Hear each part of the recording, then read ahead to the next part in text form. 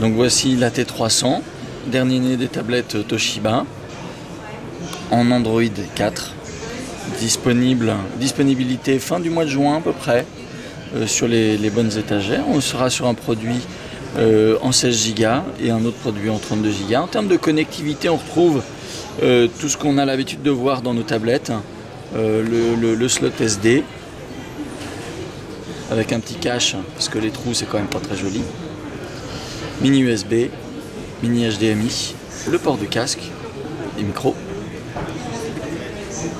Ensuite on retrouve le connecteur de station d'accueil, et puis enfin bon, bouton plus, bouton j'allume et le bouton je fiche mon écran. Alors voilà, donc comme tu vois, en termes de fluidité, un produit super fluide.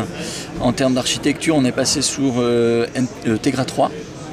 Auparavant, on était chez TI.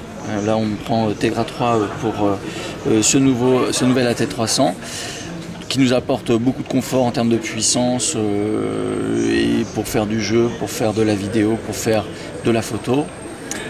En termes de qualité de châssis, bon, tu vois, il y a l'antivol. On est passé cette fois-ci en aluminium, donc on a à la fois de la robustesse et de la légèreté. Comme on passe en aluminium, on sera un peu plus épais que son prédécesseur, la T200, qui est toujours lui disponible sur le marché. Et en termes de poids, on est un tout petit peu plus lourd.